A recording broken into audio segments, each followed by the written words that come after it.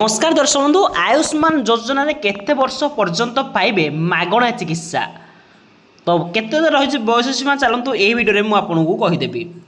तो दर्शक बंधु स्वास्थ्य प्रत्येक जीवन में एक गुरुत्वपूर्ण अटे किंतु समस्त पाखे स्वास्थ्य बीमा नापी यथेष्ट टंका ना एपरी लोक मैंने महंगा चिकित्सा पाई पारु नाहांती से सरकार साहाय्य कर भारतर सरकार गरीब एवं असहायक मानू मागणा चिकित्सा खर्चर रक्षा करने से प्रधानमंत्री आयुष्मान भारत योजना आरंभ होती स्वास्थ्यर जत्न नेउछंती। एही योजना रे अधीन देशर कोटी कोटी लोक मागणा चिकित्सा भल पाती।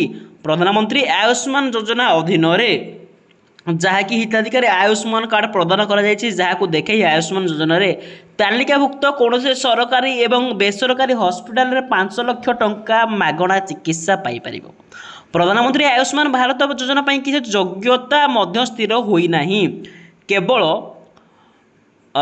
जो लोक मैंने एडमिट होती मेडिकल से यार सुविधा पाइपर।